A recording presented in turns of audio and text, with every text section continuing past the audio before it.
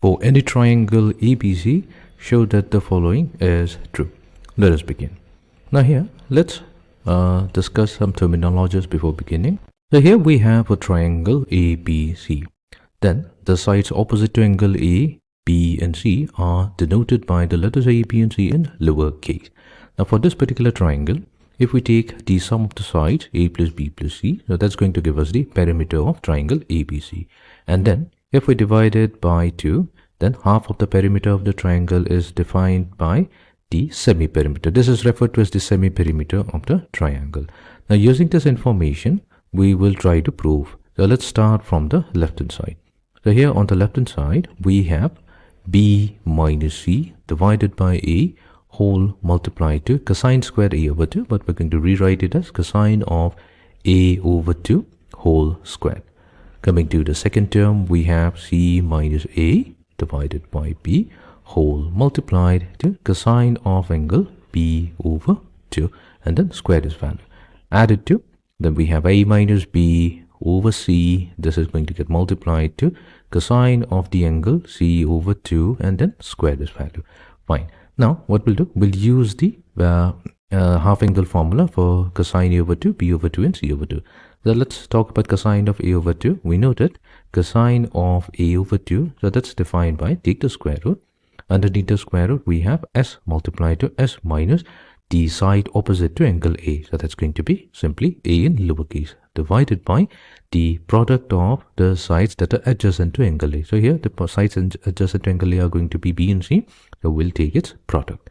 Similarly, we can define cosine of angle B over 2. So that's defined as take the square root. Underneath the square root, we have S multiplied to S minus B whole divided by AC. Then we have cosine of C over 2, which is going to be equals to the square root of S times S minus C divided by AB.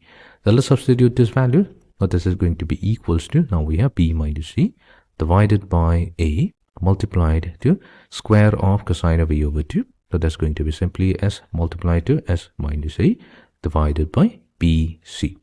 Added to, then we have C minus A divided by B multiplied to cosine squared B over 2. So this is going to give us S multiplied to S minus B divided by AC.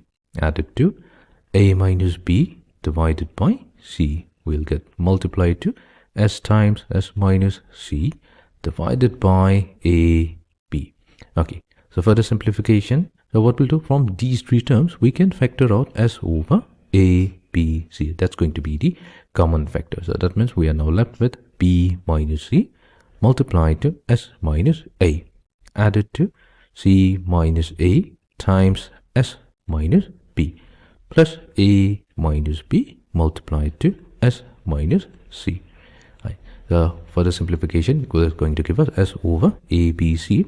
Now let's multiply each of the factors. So we have BS minus AB minus CS plus AC added to CS minus CB minus AS plus AB plus AS minus AC minus BS plus BC.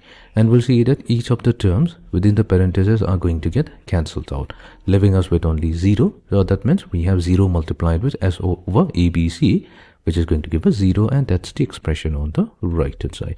So we have successfully proved the problem.